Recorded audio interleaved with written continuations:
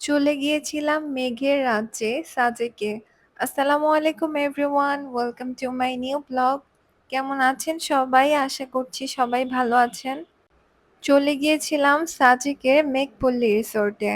ফ্যামিলির সবাই মিলে আমরা গিয়েছিলাম এই রিসোর্টে। সাজেকের উদ্দেশ্যে রওনা দিয়েছিলাম আমরা খাগড়াছড়ি থেকে।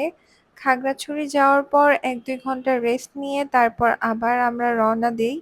যাওয়ার সময় এই দোকানগুলোতে পাহাড়ি অনেক ফলমূল বিক্রি করছিল। আমরা কিছু ফলমূল কিনে নিয়েছিলাম।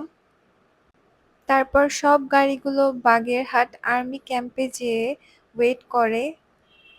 রিসোর্টে যাওয়ার পর আমাদের ওয়েলকাম ড্রিঙ্কস দেয়। তারপর আমরা যেয়ে রিসোর্টের মাটির ঘরগুলো দেখতে থাকি। এইটা ছিল আমাদের কটেজ। আমাদের এই কটেজটার নাম ছিল শ্রাবণী।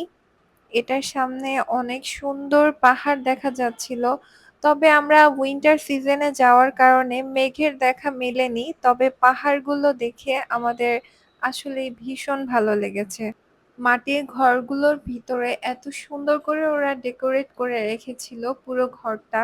আর এটা ছিল ওয়াশরুম। ওয়াশরুমটাও ছিল মোটামুটি, খুব একটা খারাপ ছিল না।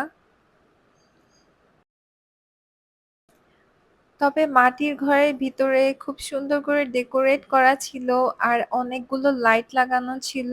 আমি রাতের বেলার ভিউটা আপনাদের সাথে শেয়ার করব পরে।